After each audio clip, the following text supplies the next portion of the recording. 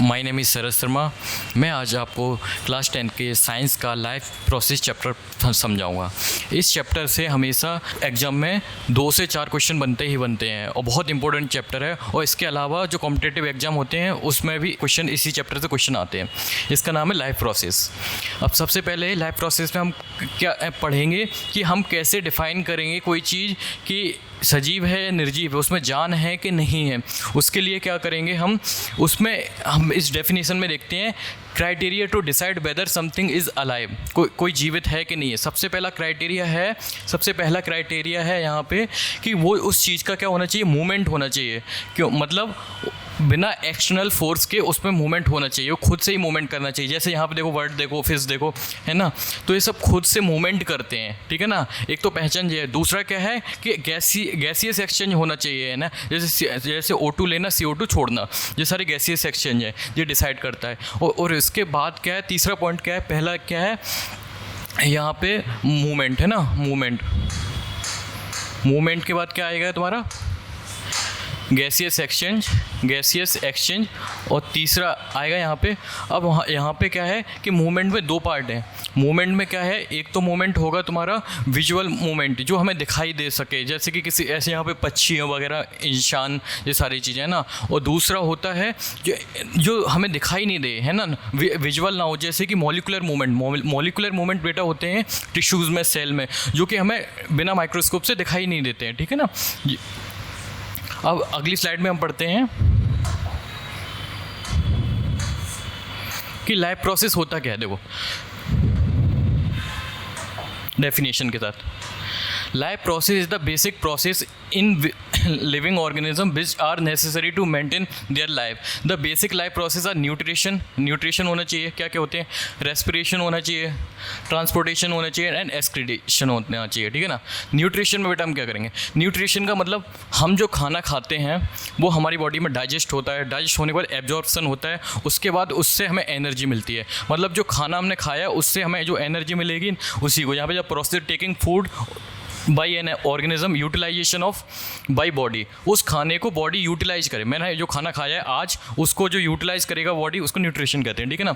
दूसरा है रेस्पिरेशन और ब्रीथिंग। बेटा दोनों में डिफरेंस है। ब्रीथिंग क्या होता है, हमने सांस ली, लंग्स में गई और वापस से छोड़ी, ठीक है ना, वो तो होगी ब्रीथिंग। और रेस्पिरेशन होता है सेल्स के अंदर होता है। सेल्स के अंदर क्या होता है, in this process by with the food is burn in a cell with the help of oxygen and release energy. मतलब जो फूड होता है ना, वो ऑक्सीजन के साथ प्रिपेयर होकर हमें एनर्जी प्रोवाइड करता है, ठीक है ना। ट्रांसपोर्टेशन में क्या होता है, ट्रांसपोर्टेशन में होता है बेटा जो हमने खाना खाया है, ठीक है ना, जो ऑक्सीजन हमने ली है, वाटर और वेस्टेज प्रोडक्ट, ये सारे क्या होते हैं, बॉडी के एक पार्ट से लेकर दूसरे पार्ट में जाते हैं, इसको कहते हैं ट्रांसपोर्टेशन। हम सबको डिटेल में पढ़ेंगे आगे, है ना। एक्सक्रीशन होता है जो वेस्ट मटेरियल हमारी बॉडी में है उनको रिमूव आउट करना बॉडी से बाहर, उसको कहते हैं एक्सक्रीशन, ठीक है ना।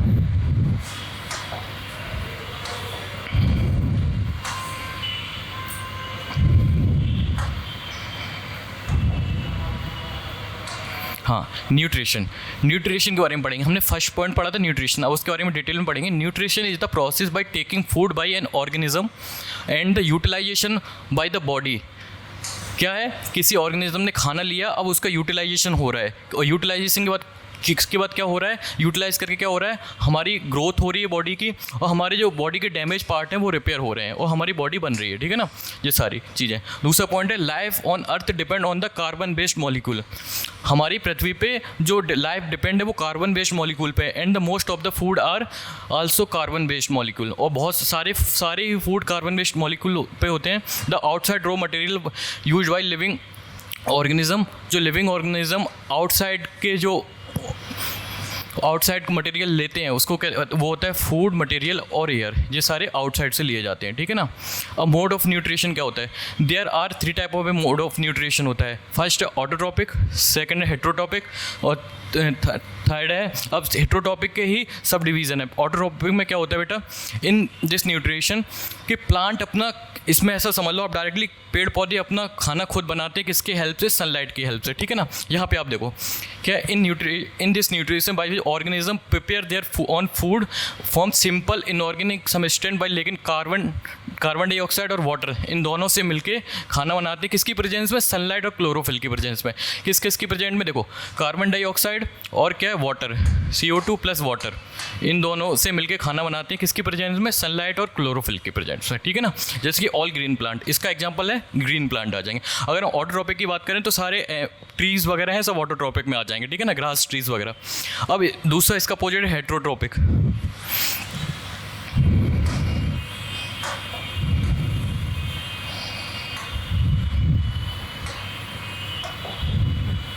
हाँ, हेट्रोट्रॉपिक में क्या पढ़ेंगे हम? इसमें सारे लिविंग ऑर्गेनिज्म आ जाएंगे, ठीक है ना, और बैक्टीरिया वगैरह आ जाएगा, फंगी वगैरह, ठीक है ना। देखो, हेट्रोट्रॉपिक में 3 टाइप के होते हैं। There are 3 main type of a heterotrophic nutrition, दिया सेप्रोफाइटिक, पैरासाइटिक एंड होलोजोइक। अब तीनों को हम अलग अलग पढ़ेंगे, ठीक है। सेप्रोफाइटिक क्या होते हैं?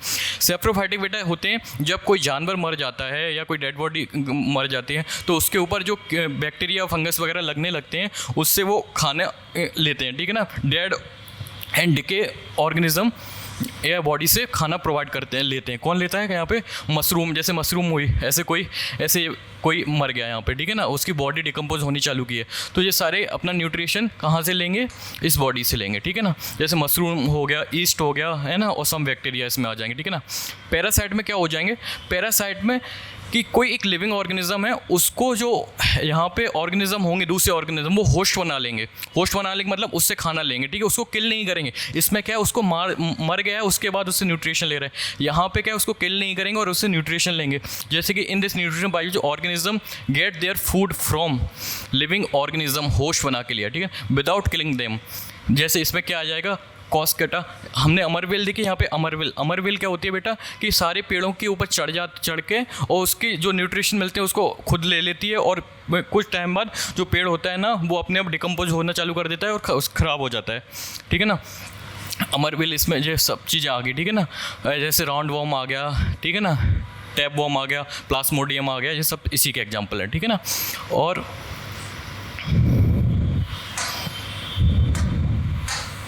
होलोजोइक न्यूट्रिशन में क्या है कि then in is nutrition in which organism take food directly and digest and absorb, that is amoeba, parasite, birds, fish, human. हम लोग डायरेक्ट लेते हैं और उसके बाद क्या होता है? वो खुद न्यूट्रिशन को एब्जॉर्ब करते हैं, डाइजेस्ट करते हैं। जैसे अमीबा हो गया, पैरामीशियम हो गया, बर्ड हो गया, फिश हो गया, ह्यूमन हो गया, ये सारी चीज़ें।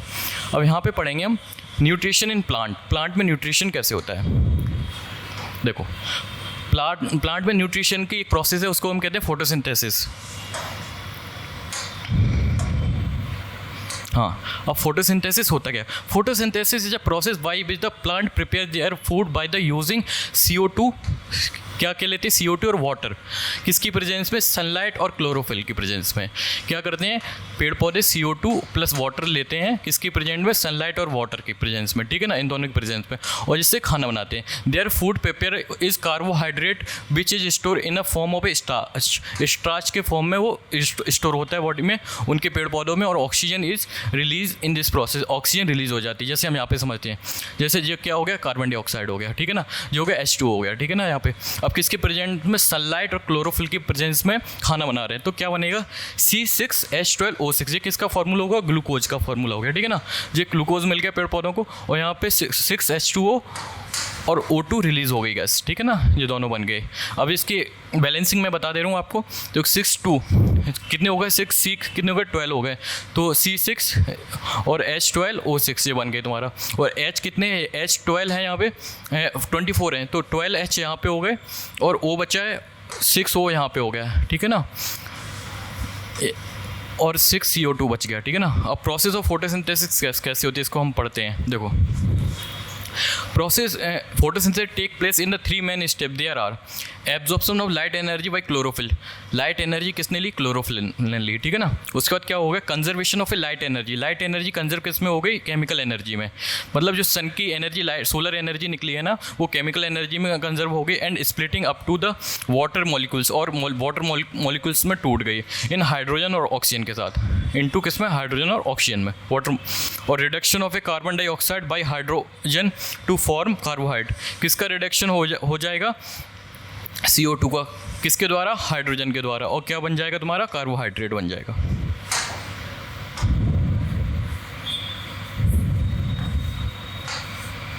देखो यहाँ पे देखिए बेटा, जैसे ये पेड़ है, यहाँ सन एनर्जी ली है, सोलर एनर्जी, इसको फिर केमिकल एनर्जी में कन्वर्ट हुआ और फिर उसका क्लोरोफिल की हेल्प से उसका फूड प्रिपेयर हो गया। किसके प्रेजेंस में? ऑक्सीजन, कार्बन डाइऑक्साइड और वाटर। क्लोरोफिल होता क्या है इसके बारे में पढ़ते हैं। अभी हमने आपको बताया था क्लोरोफिल के द्वारा खाना बनता है, प्रिपेयर कैसे होता क्या है, कैसे पता पढ़ लें। देखो यहाँ पे हम देखिए बेटा, ये ऐसे कि ये इधर इसमें देखिए आप, ये पेड़ की कोई पेड़ की पत्तियाँ हैं, ठीक है ना। इसको जब हमने लिया ना तो इसमें जो छोटे छोटे होल्स होते हैं, ठीक है, जब हम इसको माइक्रोस्कोप से देखेंगे ना, इन छोटे छोटे होल्स को कहते हैं क्लोरोप्लास्ट होता है, ठीक है ना, छोटे छोटे। इनके अंदर ग्रीन पिगमेंट पाया जाता है, इसको हम कहते हैं क्लोरोफिल, ठीक है ना। देखो क्लोरोफिल की definition, are the green pigment present in the leaves if we observe a cross section of a leaf under microscope से जब हम देखेंगे ना, we can seen cell containing green dot, जो ग्रीन डॉट है ना, क्लोरोप्लास्ट, इस like structure called chloroplast which contain chlorophyll, जो कि क्लोरोफिल कंटेन करती है। और इसमें इस पत्ती में इसका न्यूक्लियस है इधर और साइटोप्लाज्म इधर है, ठीक है ना।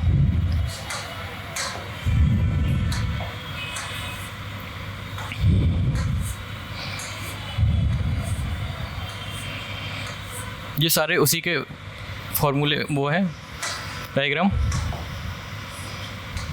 स्टोमेटा क्या होता है? देखो stomata are a tiny pore present in a leave through which the exchange of a gases take place. Stomata क्या होता है कि ऐसे जो पत्तियां हैं कोई, है ना, पत्तियों में छोटे छोटे होल होते हैं ऐसे, ठीक है ना। ये क्या करते हैं कि गैसेस एक्सचेंज करते हैं, ठीक है ना।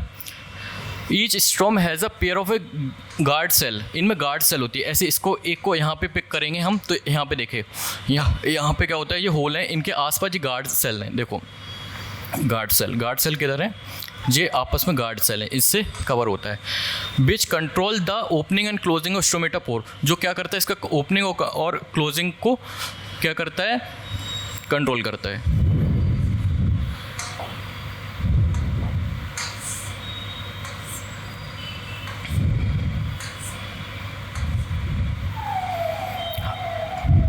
हम पढ़ेंगे बेटा न्यूट्रिशन अमीबा न्यूट्रिशन कैसे लेता है।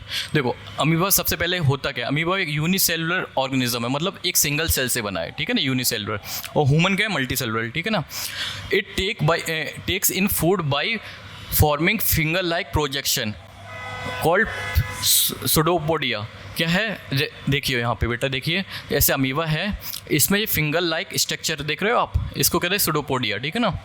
और from food walls, inside the food walls the food is the digested and the absorbed, the digestion of the food in this sent to the surface of the cell। अब इसको बहुत अच्छे समझिए, इस डेफिनेशन को छोड़िए, आप इधर से समझिए, इसको समझ लोगे तो अपने आप ऊपर की डेफिनेशन याद हो जाएगी। यहाँ पे क्या है, देखो ये अमीबा है, इसके फिंगर लाइक प्रोजेक्शन है। अब यहाँ पे कोई इनेमिया आ गया या कोई भी वायरस बैक्टीरिया कुछ भी हुआ ना, इसको डाइजेस्ट फूड है ऐसे, इसके लिए फूड है कोई भी, ठीक है ना। तो ये फिंगर लाइक प्रोजेक्शन क्या करेंगे, इसको जहाँ पे जो आपको फिंगर लाइक स्ट्रक्चर दिख रहा है, ये आपस में मिल जाएंगे और इसको अंदर एब्जॉर्ब कर लेंगे, ठीक है ना। उसके बाद क्या होगा, इसका डाइजेशन स्टार्ट हो जाएगा। डाइजेशन करने के बाद इजेशन, असेमिलेशन और इजेशन होगा इसका, ठीक है ना। अब देखिए यहाँ पे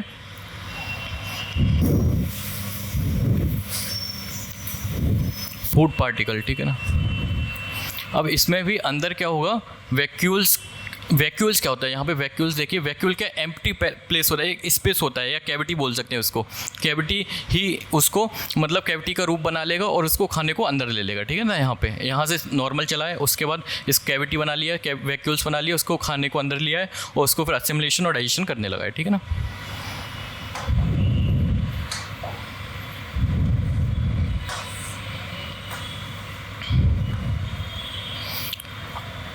इसमें पढ़ेंगे न्यूट्रिशन इन अमीबा, हमने पढ़ लिया यूनिसेलुलर ऑर्गेनिज्म में, हमने पढ़ लिया अमीबा के बारे में। अब हम पढ़ेंगे ह्यूमन बीइंग के बारे में। ह्यूमन में न्यूट्रिशन का कैसे होता है। Nutrition in human being take place in a digestive system is consist in the alimentary canal gland होता है इसमें, which produce enzyme which is break down the food into smaller molecule. तो main organ, सबसे क्या क्या main organ होते हैं digestion में, ह्यूमन डाइजेशन में। यहाँ पे होता है देखो mouth, oesophagus, stomach, small intestine, large intestine and anus. The main gland are the salivary gland, gastric gland, liver, pancreas and intestinal gland. अब इन सब के बारे में बहुत डिटेल में पढ़ने वाले हैं। सबसे पहले माउथ, सबसे पहले हमने ऐसा समझिए, सबसे पहले मैंने खाना खाया, खाना क्या होगा, फिर क्या कहें, हमारे टीथ उसको च्युइंग करेंगे, खाना को चबाएंगे, खाना चबाएंगे, चबाने के बाद क्या होगा, खाना का ब्रेक डाउन होगा स्मॉलर पार्टिकल में, ठीक है ना, जो कौन करेगा, टीथ करेंगे हमारे, and mix with saliva, saliva के साथ सलाइवरी ग्लैंड सलाइवा सीक्रेट करते हैं, उसके साथ मिक्स हो जाएंगे, और जो saliva contain the enzyme amylase, क्या करता है, अमाइलेज एंजाइम कंटेन करता है, कौन करता है, सलाइवा, ठीक है ना, which convert starch into sugars, starch को शुगर में कन्वर्ट कर देगा, then food processing through the esophagus into the stomach, देखो क्या हुआ, खाना खाया, खाना चबाया, खाना छोटे छोटे मॉलिक्यूल में टूटा, उसके बाद वो सलाइवा से मिल होकर सलाइवरी अमाइलेज बनाएगा, अमाइलेज क्या करेगा, यहाँ पे स्टार्च को शुगर में कन्वर्ट कर देगा, ठीक है ना, हमारे शुगर में, और देन फूड पासिस, हमारी जो आहार नाल बोलते हैं, इसोफेगस बोलते हैं, उसमें से अंदर इंटर होकर स्टमक में चला जाएगा, ठीक है ना। अब हम स्टमक में पढ़ेंगे डाइजेशन स्टमक कैसे होता है, यहाँ पे देखिए, इसमें इधर देखिए, देखो the food lies approximately in 4 hour in stomach, मतलब 4 घंटे खाना हमारे पेट में रहता है लगभग, है ना। After reaching the food in stomach gastric gland secret the gastric juice and the this is the light yellow acidic liquid. और इसमें क्या है, सबसे पहले खाना जब पेट में जाता है ना, तो एक गैस होती है गैस्ट्रिक ग्लैंड, गैस्ट्रिक ग्लैंड क्या करती है, HCl सीक्रेट करती है, ठीक है ना। और दूसरी ग्लैंड होती है तुम्हारा गैस्ट्रिक ग्लैंड, है ना, और दूसरी ग्लैंड होती है ऑक्सैलिक ग्लैंड।